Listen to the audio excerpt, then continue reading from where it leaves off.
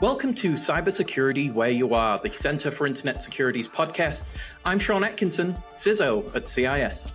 And I'm Tony Sager, Senior Vice President and Chief Evangelist at CIS. Cybersecurity affects us all, whether we're online at home, managing a company, supporting clients, or running a state or local government. So join us on Wednesdays as we discuss trends and threats, explore security best practices, and interview experts in the industry. Together, we'll clarify these issues, creating confidence in the connected world. Hello and welcome to the show, Cybersecurity Where You Are. I'm Sean Atkinson, CISO here at the Center for Internet Security, joined by the host with the most, the Hall of Famer, the difference maker, Mr. Tony Sager. Tony, how are you, sir? Great, Sean. Great to be back with you. The hint of spring in the air. I'm yes, energized. Absolutely. And so we've got to get our predictions for 2026 in, Tony, before they become either a reality or something we move to 2027. We're almost to the looking back episode, yes. Exactly.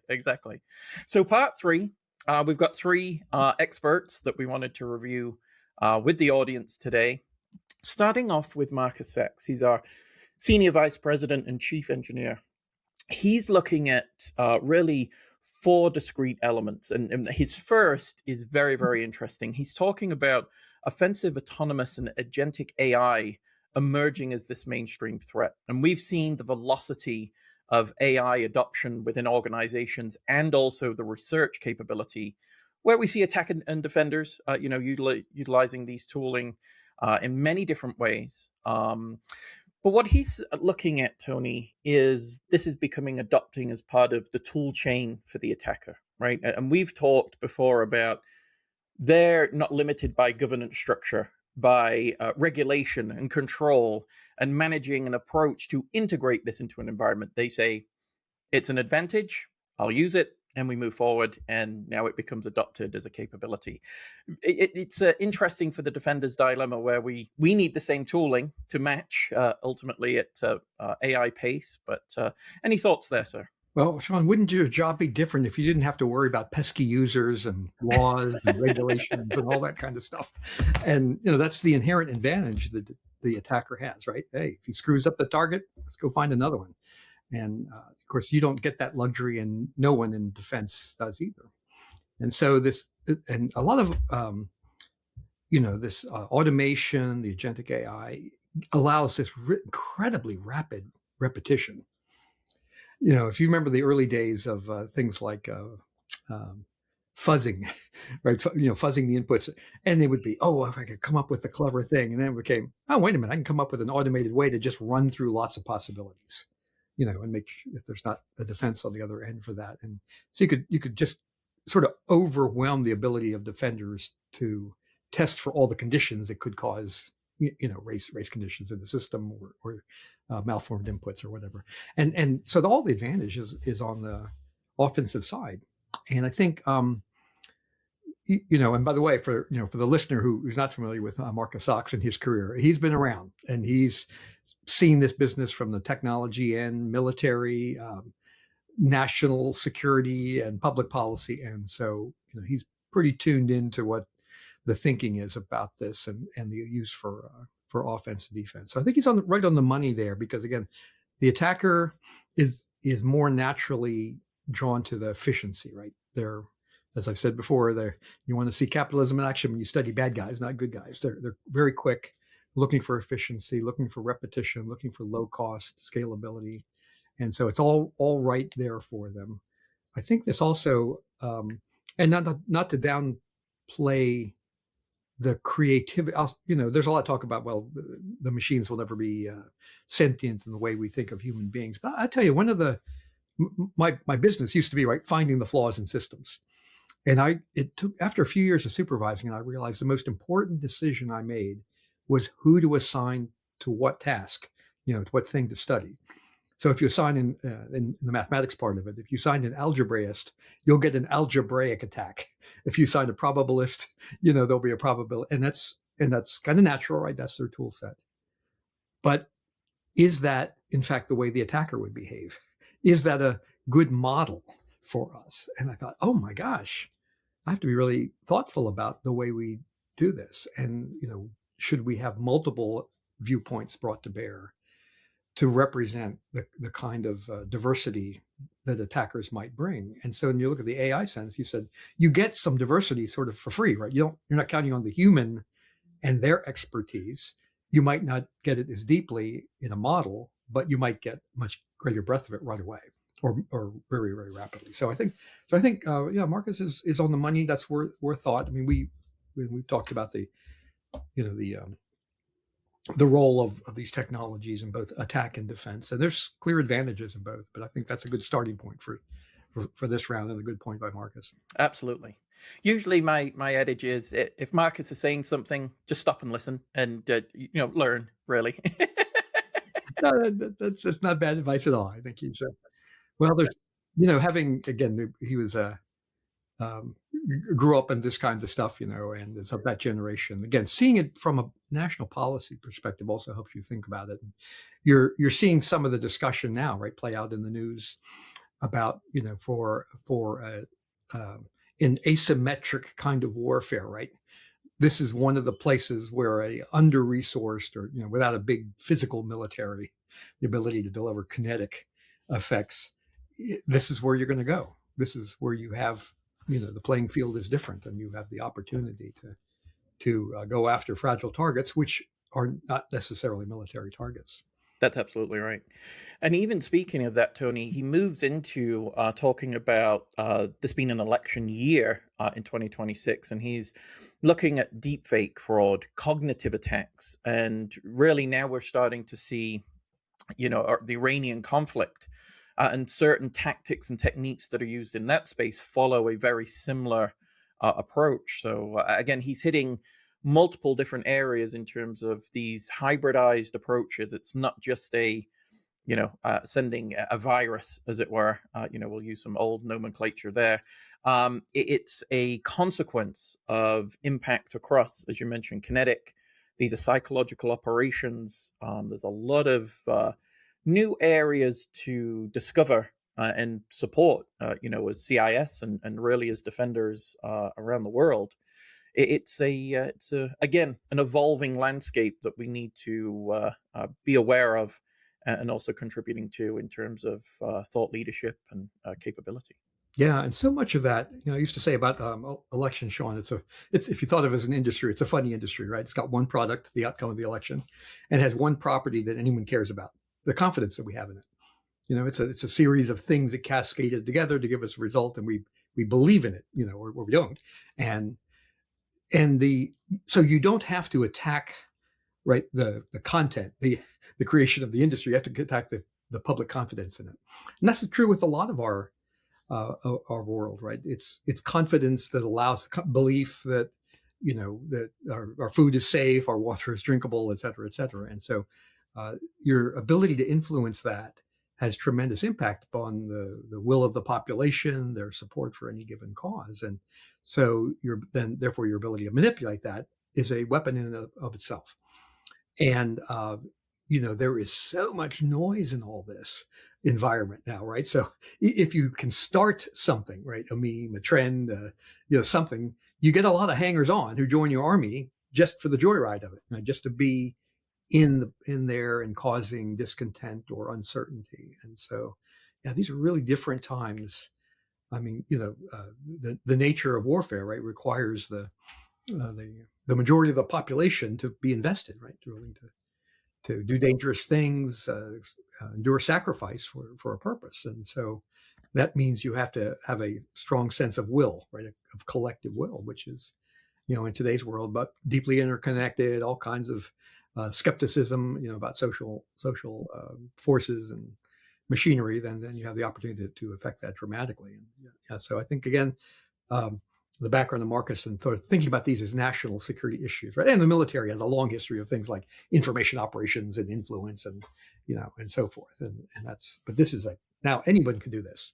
This is within reach of all kinds of folks. Absolutely, yeah. No, they have the platform, the technologies to, go back 20 years. Where, a single person is more advanced than the team now, just given all of the capabilities that exist. That is true. It was one of the things it was. Early to see, and there was this kind of, I'm not going to assign altruism here, but bad guys, like to brag on their exploits, share their tools, right? Be, build their name by sharing, not the kind of thing you do from the government, right? Your things could be much more secretive, but that removing the expense barrier, the technology barrier, lets this, again, sort of a democratization of the attack platform, and we're all in it. I once joked in some interview I did, it was yes, we built the greatest information engine for good in the history of mankind, and at the same time we built the greatest surveillance system that one could ever imagine, and we gave it to everybody. Yep. And here we are. Right. And everybody accepted using it, and just that's the that's the default payment is privacy and a surveillance state. Absolutely. Yeah. Now Marcus goes on, and this is one we have talked about before, but I think where he's looking at from a geopolitical conflict perspective is right on the money. Is operation technology, critical infrastructure, the approach that we need to take to build capability from federal standards for cybersecurity, for water, comms, agriculture, transport. I mean, really all 13 areas of critical infrastructure defined by CISA. Very, very important, right? We've understood that there are adversaries, APTs, that are looking for this infrastructure, even in the infrastructure today, monitoring, being very patient, and utilizing either a lack of understanding the security controls, the technology implementation, or connecting all of this infrastructure to the best information engine that's ever been created, has consequences, right? And that we need to really face those risks, understand and map those threats, and build controls that can compensate for really what we see in terms of critical infrastructure. Yeah, I think that's right. And there's this long struggle of where's the responsibility lie and how early in the life cycle. And we put a lot of energy. We sort of branched out from the Secure by Design campaign that CISA from the prior administration had operated, and it's an important national question, right? Where do we where do we put our best effort? What do we hold accountable for the kinds of problems? And you could make, and this is a bit of a overstatement, Sean, but you could make a case that most of the security industry is based upon making up for flawed things. Things that would have been, if you could look at this in total, you would say, well, clearly it's more cost effective to design problems out, to fix them earlier, right? To address the economics up front, as opposed to at the tail end, right? Where it's the most hectic, the most expensive, the least effective place to deal with lots of these problems. But you don't get that opportunity, right? We have to kind of take the world that we have it. We also, and I think others have thought much more about these geopolitical things than I have, including Marcus. But you look at, in some ways, the U.S. pays the price for early success. For things like being a lot of the computing industry driven by U.S.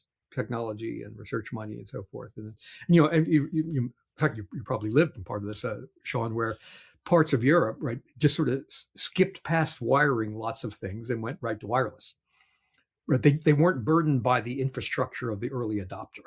This installed base, whatever we call it, the legacy baggage, or the, all this that you have to deal with. That's often the price of early leadership, of early adoption, is you're kind of stuck with something which now you look at and go, wow, I wish I could just leap a generation or two, but the economics don't allow that.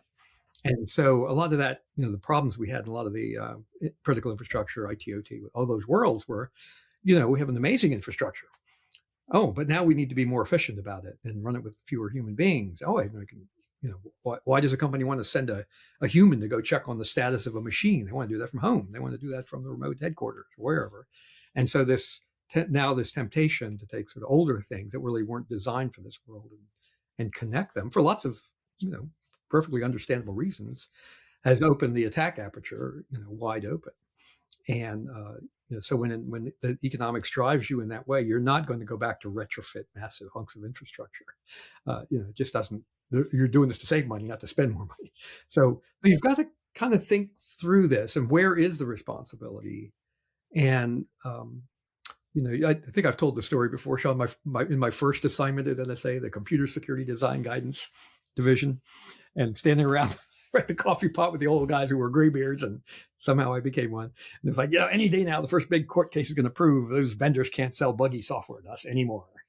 And I'm the kid on the side, like, yeah, that makes sense. That makes perfectly good sense to me. And here we are. Now we're almost 50 years later, having the same debates about these kinds of foundational issues here. But it is clear we have to sort of expect more, right? Design more in, these many of these things. You deal with this on an enterprise level, right? The trade-off between what do I do up front? What's the architecture that gives me the company the capability that it needs, but then how do I design all this? How do I pull it together? And it's everything from big, grand, complex things to individual choices about configuration items in a registry or whatever. You have to be able to connect all that and then manage it dynamically over time. Yep. It's non-trivial. And so that's why I stuck in my world of finding flaws much better than your world of fixing problems. Exactly. Exactly. But now we see that again, national scale, right now. Yep. And it is not as simple as regulate this or whatever, punish a vendor, or you're going to have to look at this holistically. It's right, because it's it gets us into that space of, well, the work we've done on secure by design, I think, is setting, trailing that path to consideration. I think, though, one of the big issues is kind of this technical debt that's been built over time, and the economics of reducing that debt versus, well, we'll generate more revenue with the new thing versus trying to fix the old. So we'll leave that. It'll figure itself out eventually. We'll phase it out over generations, and then it won't exist anymore. And we'll just keep building the next generation is probably not the most appropriate approach, and why, again, secure by design requires us to rethink both the architecture, as you mentioned, but also designing for really future adaptability. We have to think it's not today's problem I'm trying to solve. It's the ones with the integration of this 2, 3, 4, 5 years down the line that we've got to start to try and anticipate and use our predictions to try and help that. Absolutely. The next and final from Marcus is looking at cloud service prioritization. One of the things he's noticed is the disruption and now the interlinking of the cloud service providers. When AWS has an outage, Azure from Microsoft, and CrowdStrike, we'll go back a couple Julys, that has major consequences. And now we see how dependent we are. When we talk critical infrastructure, it kind of feels like cloud services are now part of critical infrastructure. Mm-hmm. And we're so dependent on these elements that, it's the old adage of, well, it was either DNS or it was an intern that cascade these effects. And we got to get a little bit past that and then start doing some attribution and thinking about resiliency models. And he mentions accelerating multi-cloud. So there is not just a single dependency and cloud failover architectures, which again is right on point with the resiliency is what you mentioned of architecting capability in the space to not face a single point of failure with a single SaaS provider. Yeah, and a lot of that, I think it applies to the discussion that we had about the. Thank you. Technical debt was the term I couldn't come up with. That you can't fix everything. And not everything is going to be at the high end of, is not even going to require the high end of it, right? There is a risk decision that we have to make. What do the economics say? And even if you had the best of intentions, you're not going to replace an entire infrastructure in any short period of time. So everything is a priority choice. Everything is a risk decision, and not everything deserves the same attention. But the way we've tried to treat it at CIS. I remember being in a conversation when I was still in government and there was a senior military officer, and they were making a case for something. And basically, she said the flaw with this, with what we're doing is that we're trying to protect everything. We should only protect the things that matter, and leave everything else to it kind of on its own. I said, well, sir, my dad was an Army sergeant. I'm respectful of the people with stars on their shoulders. I'd like to offer a counterpoint to this. I would say it as everything deserves some level of protection, and some deserve more. So, because if you, and Sean, I hope I don't speak out of turn for your kind of work, but I said, if you believe that the results of your risk assessment are perfect and unchanging, then you have just made a major mistake, right? Because history will prove otherwise. So you make an honest, good faith effort, right, to understand the risks, the dependencies. You absolutely. I know you as a pro, you'll do a professional job, but you never operate under the folly that it's perfect. You have to plan for it because, often we don't understand the complexity of connections until something goes wrong. I had no idea we're dependent upon this cascading 3-level supply chain, misdirect, whatever. And that's the nature of this business. And we had teams that did the red teaming and all that kind of stuff, in my groups back at NSA. You didn't track the president, right? If you were, just trying to understand, is there a threat here? You tracked the support activities, right? That were going to be there no matter what. And so if you treated that as unimportant, because it's not the president, it's not the executives, then you are made a fatal mistake, a potentially fatal mistake.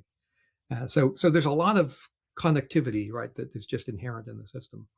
But being able to think through that's why, we treat this as sort of a bedrock principle for us at CIS, right? There should be a foundation of defense that we should expect. That should be sort of built in, expected, part of the basic cost of infrastructure. And you don't have to think too hard about, you don't have to spend, the same way we might expect a certain level of safety features in certain kinds of consumer products, right? We have confidence that's built in.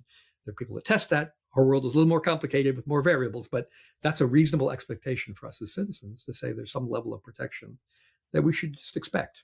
And now there are things that clearly deserve a lot more attention, a lot more investment to ensure higher confidence and all that stuff, and that's fine. But to ignore it is just crazy. And so we have to think about how to pull that together. So again, Marcus is a guy who's been around, seen it from every angle, and that's our challenge, is to be able to connect this from a national policy level and say what does this mean for implementation, right? And what does it mean to have a resilient architecture? And does everyone have to figure it out on their own? And how much can I buy? There's this cloud dependency thing that he's like, absolutely. This is, again, does everything have to be at the whatever 5 nines or no? We can't afford that. But when you compare the resilience of systems today, it's pretty amazing compared to where we were not that long ago. And your options for being able to manage that are dramatically better than they were, as opposed to buying physical infrastructure and having physical failover sites where oh my gosh, that is massively expensive and cumbersome. But I've been I don't know if you've ever had to run those exercises, right? Where we run through an exercise where we kick over to a physical failover site with human beings running around, hanging tapes back in the day to bring up the backup sites. And oh my gosh, it's just a gigantic. Who can afford that? Nobody can afford that. So. Right. Oh, exactly. So you're either paying exorbitant amounts for the insurance policy of the hot site, or it's the cold site, and okay, we're getting a truck and we're taking all of these servers with us, and it's okay. But there's got to be a better way. And we were in the same exercise, yeah. It is, exactly. Wow. What were we thinking? Well, for some areas, right, and areas that you've worked are have high criticality or high. The consequence of loss is significant, and you're saying, it's a legitimate trade-off, right?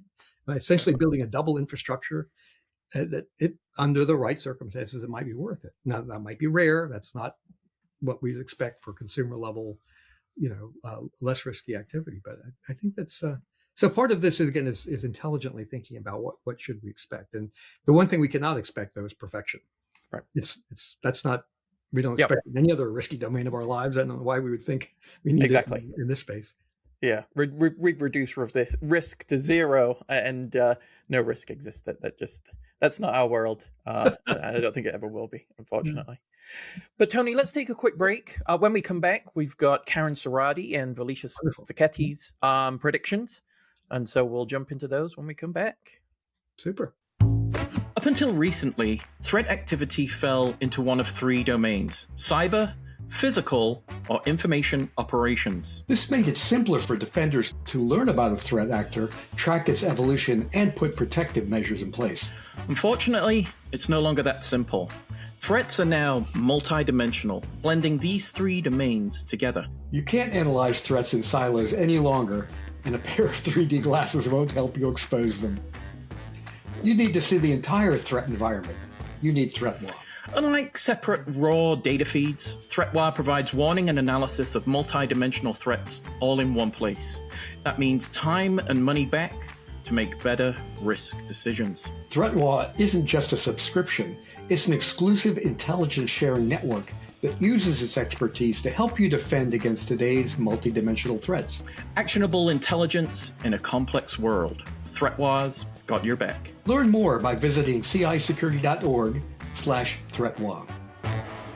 So, Tony, now we're back. So Marcus has laid a phenomenal foundation for us. We move into Karen Serrades, and she's got two, and I want to really do a combination play with both, because I think they tie into something we're at the Center for Internet Security very passionate about. And first is the US SLTT community. They're going to continue to grapple with persistent funding constraints, i.e., the MSISAC or other prediction is uniquely positioned to serve them as a trusted partner and facilitator. So where we're looking at is there's continued cyber threats, right? We look at the SLTTs as a very unique, distinguished element of the entire threat landscape. And we've made significant contributions to the protection, the management, the understanding of risk and threat at those levels. And this is where I think the trusted partner comes in, is the value proposition to the SLTT community to understand and try to bring those really complex challenges to a level that's, one, implementable, understandable, and capable for any size organization. Because they're, from a massive state perspective all the way down to very, very small utilities in this area. We're trying to meet everybody where they are. Again, the name of the podcast. And we're trying to do that in such ways that one can help facilitate building a capability, making sure they've got the right coordination, the right information, and can make judicious decisions. Mm-hmm. But anyway, your thoughts there, Tony? No, I mean, if you look at the noble intent behind things like the notions of critical infrastructure, right, in the formation of the ISACs, no, that's the model. Is that this is something that we count on. There's a large community, and by nature, this is a distributed community, right? There's no one controlling authority or, governing body. This is inherently lots of unique institutions that play a vital role in our social lives, right? Our political, social, economic lives. And it's an area where the confidence of the public is essential, right? To believe that these services are being managed responsibly. And so it's an inherently messy, noisy, population, much of which is dramatically underfunded relative to the scale of the problem that they're asked to face. And so, you've got a classic case of, we have a shared problem. Everybody is affected. You don't get to escape from this, especially as citizens expect more services online. They don't want to deal with disconnected databases and they want to be able to, their information for, say, a state or a county is at least visible, centralized. And so there's a lot that happens here to make that possible. And so, and yet the economics make it really difficult, right? And you have to count on lots of people doing their part there.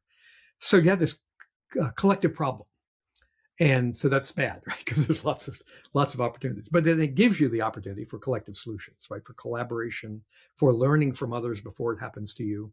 I used to say this one, Sean. I've got all these old lines, right?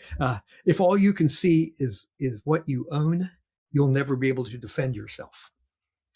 And, sort of inherently, like the antivirus market, right? It's based upon that model. That is, you can only see what comes to your assets, the configuration. But in effect, the anti-malware folks help you see around the world.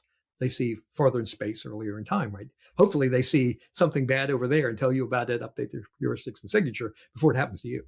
But there's this notion of information. There is a commonality among all these: the ability of services, the IT infrastructure, the operational technology issues. There's a lot in common where we can learn from each other. The problem is, among thousands of entities, you don't get into a room to learn from each other. You need some information hub, right? Some clearing somehow, some way to bring things together, and then make sense of them, put them in context, and then give them back out. But you won't do that without some level of trust. Back to Karen's point, right? But this is the nature of this. Trust is an earned condition, in its best case, right? And there's a old thing I used to use. I think it might have come from the Stephen Covey book. Trust is a function of competence plus character. I'm sure I read this in management, right? That is competence. Can you do the right thing? Technically, are you capable of handling information, making sense, adding value to it? That's one thing. But the character part, in human dimensions, the character part, will you do so when I need you to do so, or without me beating on you? So we bring that to our world. This is about the personal dimension of trust, right?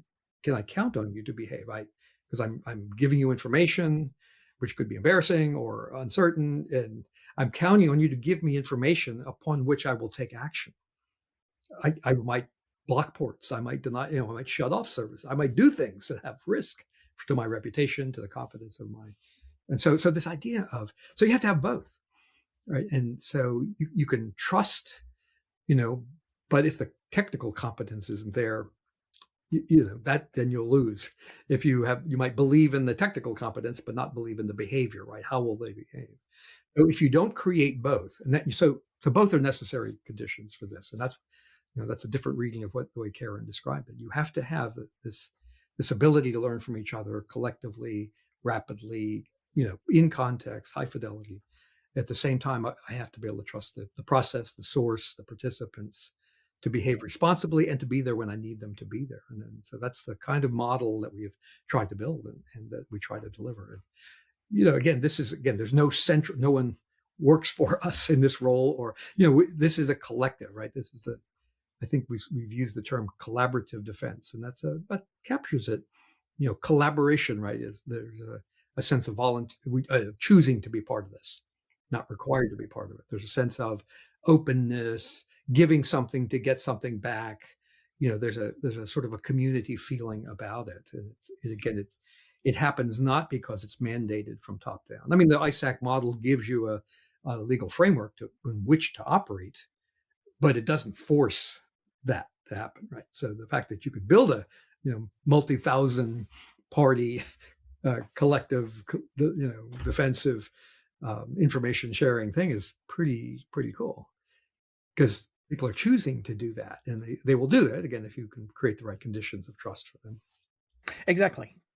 And like you say, it becomes a balance of and I think there's also an element as organizations approach and ISAC and many different industries, and obviously we house the MS ISAC as part of our mission, is kind of that vulnerability to be part of it, to admit, I need assistance in this space. This is a monumental task in terms of trying to understand and contemplate the risk and where I fit in with my particular risk profile to the entire community of SLTTs. And that's really where we need to bring that element in. And like you say, that's the trust piece is you're here with like-minded people, all facing the same vulnerabilities, all having the same elements we need to build. And we can do it together. We're a hell of a lot stronger than trying to individually do this. And I think that's the cohesive nature of the MS ISAC. I've never asked you this question, Sean. Sure. But every CISO that I've known, right, has a network of trusted CISO friends that they choose to share information with. Maybe you've worked together in the past, or there's some geography or business relationship that binds you. That is a network of trust independent of any legal construct or agreement, right? There's no NDA. There's a shared, sense of risk and the willingness to say, I know that person, I know they're competent, and I know their character, right? And you probably got that, again, either through proximity, working with them, meeting them, hearing them speak, and then, introducing yourself, whatever. But you create that, right, at some scale. And that's what you really count on, and that transcends, a regulator telling you to do this, or that's been the struggle with things like that. There's always been a kind of a naive notion, say at the government level. I don't want to pick on anybody or any program, but send us all your incident information, and we will mine it, make sense of it, and give it back to you. What? Try to mandate that from, say, a federal government level or a industry level. I haven't seen any of those work.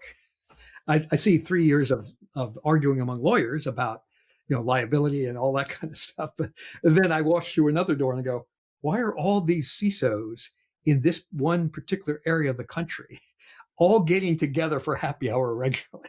And because they have all worked at the same companies and rotated around, and they all know this sense, and they don't ask for permission, they just share, right? And it's because they see this collective need, and they've calculated that trust equation on their own and said, and by the way, happy to admit when they're vulnerable, to your point, right? So you must have your network. I'm sure. Oh, sure. Absolutely. Absolutely. Yeah. Well, I hope you treat every so often. For, exactly. You have to keep the network running, as it were. And but I think that's also the dependability too.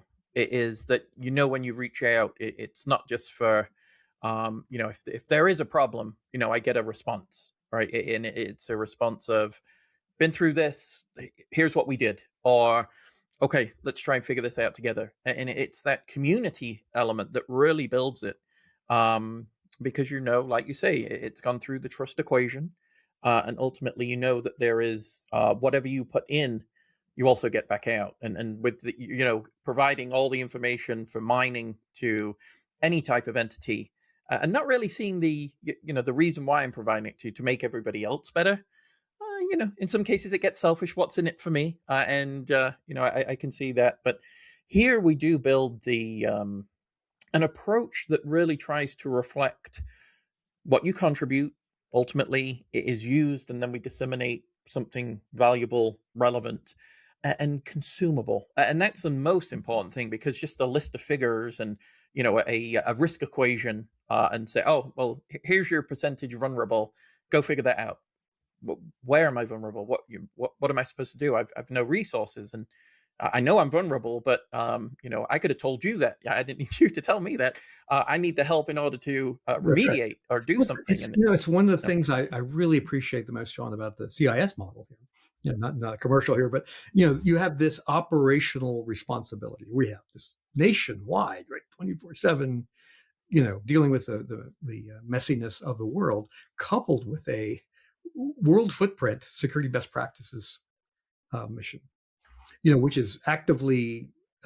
I often someone asked me what's the strategic plan. This was early days of controls for all this, and I said, well, my plan is I try to look at all the problems that you are trying to solve on your own unsuccessfully, and try to pull us together to solve them as a group.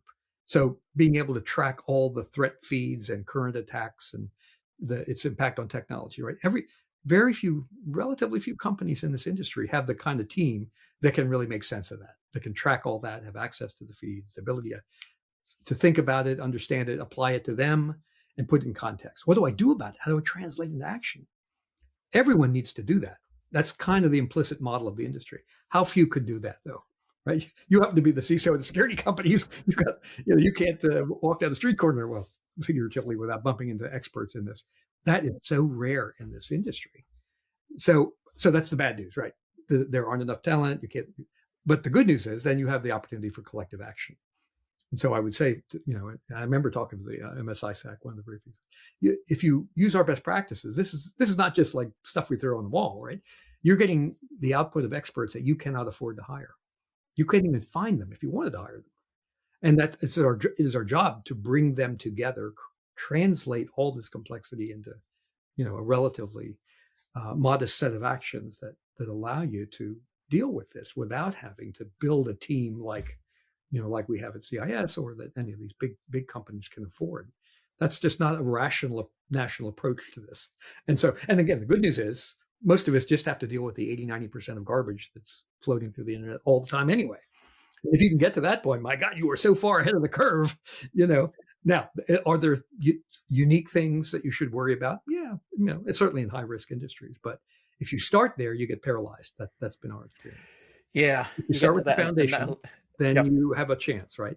Exactly. Because that gets then into the analysis paralysis, and you'll never make a move, because it's, well, if I spend here, I lose here. And, it's an effect of experience. Well, I think one of the things I appreciate about what Karen has brought to the company is she got a good, she's worked the other side of this. And so she is very conscious of the need and the context in which they operate, the cost issues, the inability to hire the workforces, and really the demand, right, for confidence in the services provided by state and local governments is, again, that keeps our society running. And we had a hack here a few years back in Baltimore. I forget the details, but remember, I don't know if what the local part you remember here is contractors struggling to get building permits.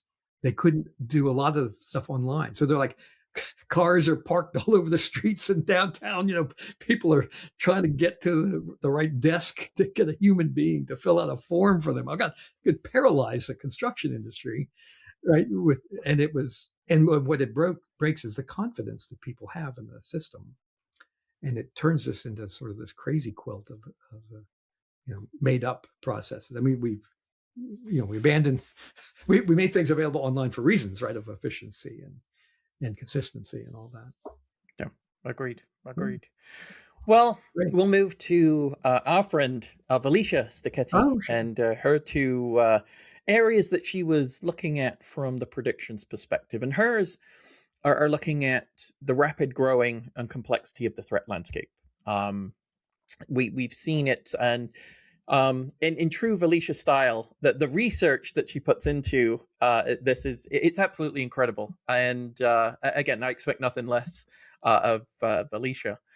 Really talking about and her position with the critical security controls is looking at the complexity, but listening, getting that feedback from the community on what are we seeing in terms of the current set of controls, how those controls have evolved really over time, and trying to meet the needs of a modern control infrastructure while trying to also bring that history, that rich element of expertise along too, into version 9, which we'll be looking at in the near term and start to develop. And hers is listening and learning and evolving in this space. And I think that just paints the picture of really anybody in security. Is those are so important to be able to exercise those skills to really then understand my risk, my exposure, the types of threats, and then what I can do about it. And I don't know, again, obviously I'm biased, but when I look at the controls and how they've formed over the years, and I'm a version 5, that's where I found the controls, and I've used them ever since. But to see their evolution, implementation groups, and how they now are looking from a governance perspective to cover a broader range of not only communication, but also kind of focusing the aspects on different parts of a security organization, because it's not just all about controls. Right. Obviously, that's part of it, but it's also abstracting the confidence in the controls themselves to understand an exposure, ultimately a treatment of risk and things like that. And I think that's excellent. I mean, obviously, the controls team does a phenomenal job. And being able to do that consistently, Tony, I think is just kind of, I look at it as obviously the originator right here is, your perspective of their evolution is very interesting. As you know, Sean, all I can claim is I hosted the meeting and signed a 2-page letter that went to the Pentagon and various places while I was still at NSA. And, it was to the credit of folks like Alan Paller and others that turned it into a worldwide thing. But it was always driven by a simple set of principles, which is that people are, and that was my kind of the learning for me, the listening for me. When it was June 2001, we released the NSA security guides, the sort of one of the spiritual ancestors of CIS benchmarks, to the public. So June 2001, inadvertently started my public speaking career. And I would get out there and people would ask me these embarrassing questions I wasn't ready to answer. This is great stuff, but what do I do first? What's how do I, my boss has a limited attention span. We have a limited budget. What do I do first? And I don't know. There's lots of great guidance at NIST and, NSA is really, but what do I do first? What's the first thing? And what would you recommend as the baseline? Or, and it was all the practical problems that folks like you and our IT team have to live every day. right? You don't just magically say, oh, I get the answer. You have to create it, which means you have to buy things, operationalize things, train people, and you have to phase it in over time. So there's a lot of complexity. So that was the growth for me in seeing all that, and then trying to say, also recognizing none of this would be static, right? We have to, and giving advice that can't be implemented or is too complicated to implement is not very helpful. So you have to have some knowledge of the environment of the target. What I really had access to was the DoD, which is important and gigantic, but is not necessarily representative of everybody else. It's not nearly as bad. People said, well, the general just says, do this and everybody patches. But, oh, please. It's much more complicated. I said, the DoD is, well, now the Department of War is full of warring factions, skirmishing with each other over authority and budgets. Thank heavens, I don't mean to joke about war, but thank heavens, when we have a common enemy, at least we all figure that out and we go get it. But this complexity of the, how do I actually do something? Became the learning for me. And Felicia has been wonderful, as you said. She's incredibly thorough.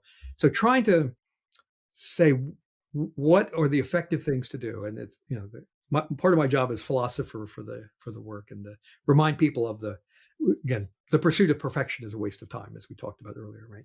Now we want to be directionally correct. We want to be moving positively, in a improvement direction. But if you agonize over that last 5 or 10%, you're paralyzed. If that's where you're focusing. What about the nation state adversary down here? There's rascals. They're using garden variety vulnerabilities everybody knows about, right? So, these are not separate problems. They are part of a continuum of problems.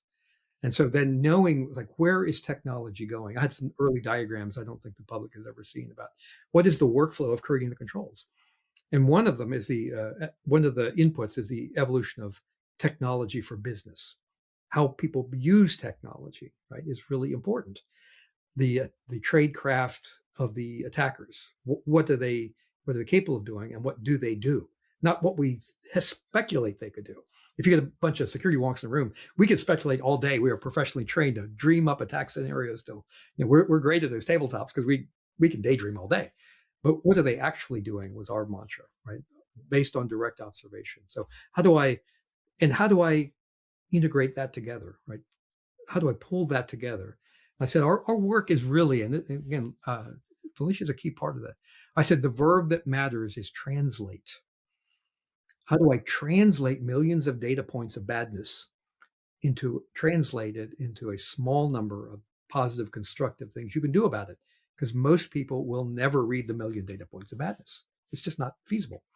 And so the translation is what matters, right? And again, to do it in a way that's transparent, to say, and it's not just attackers, it's also how businesses are going to use technology. It's about the constraints of real system operators, owners, architects, CISOs, and how do we try to pull that together? And again, and we can't solve every problem for everybody, but we can, again, our goal is, I'm a, math wonk, 80-20 rule, right? The Pareto principle, if you remember that. How do I get most of my value from my first choices? If I choose wisely, I get quite far along. It's a philosophy. It's not mathematics, but it's one of those things that holds up under lots of life conditions. And then Felicia said, what do I hear? Where are we going? What are the real life problems? And we're in that process right now. I mean, we are doing data gathering, meeting with trusted allies to try and pull that information out. And the question I've learned to start asking some of our, especially our not outside the U.S. allies, what's the most useful thing that CIS could do to help further your work, especially for those who are essentially consultants or people helping developing nations implement the controls and things like that? What is it that we don't produce? That's our plan, right? We're not carving the wisdom of the ages on stone tablets. We're building things that you are going to implement. What is it that we don't produce that would be helpful in that? And that's the perspective that we take, right? It's about how do we create that's what led to that ecosystem term that you used. Right? It just started to build up. It's like the mappings. Gosh, these people, I love this stuff, but my boss wants to see NIST CSF. This boss wants to see PCI. Whoa, you're right. That is a problem. Let's figure out how to make that possible for you. That you can do what technically makes sense for someone who's implementing, but it's legitimate, right? I got to answer the boss. I got to answer the auditor and all that. This is your world. I don't want to describe exactly. No, perfect. So Tony, we're going to finish. So Felicia has regulations and compliance and integration of security. So I've got two statements I'm going to read verbatim because I think they're crescendos to this episode. But she starts with, as the threat landscape continues to evolve, so too does the wave of regulations and compliance requirements. And I have no better segue to say fog of more than this. Very good. And then finally, she figures, and this is really the mic drop piece here, because this is something I've been saying for years. And she said, ultimately, a strong culture of security across the organization is essential to drive a program forward. It's not just about checking the box. It's about embedding security into the heart of the business. And again, no better way for us to finish this is absolutely incredible in terms of that's a mic drop moment. I've been saying it, I continue to say it, Tony, for years, that it has to be cultural, it has to be integrated. It's not just a technology risk. The business has to understand and appreciate what we're trying to do. Yeah, and, Sean, and I know you've done, we've both been involved, but you've done work in the quantification of risk, right? And part of that is to put cyber risk in its proper place, right? It's actually a competitor for attention and money spent and so forth, management of time, on other types of risks. This is the calculus that they have to live. But if we treat it as magic, and that's been the history, I grew up in the magic business, the wizards, the graybeards. If you treat it as magic, then your only defense is you got to hire your own magicians. By the way, which is great job security for old guys like me, but it's terrible management. It's terrible public policy, right? But hey, those people speak funny. They're expensive, but I think I need them. So that's great for me, but it doesn't help anybody else. And so I think that's a wonderful segue. You know what? And one of the things, just Sean, about this predictions episode, and everybody does their predictions, right? And it's, to me, our discussions are not about the predictions so much as about the range of issues that we're all thinking about, and the having the opportunity to, as we collect our thoughts at CIS, and we put them out there for, like lots of other folks do. But what it gives us, and actually leads us to, right, is a thoughtful discussion about this world and where it's going and how we can shape it.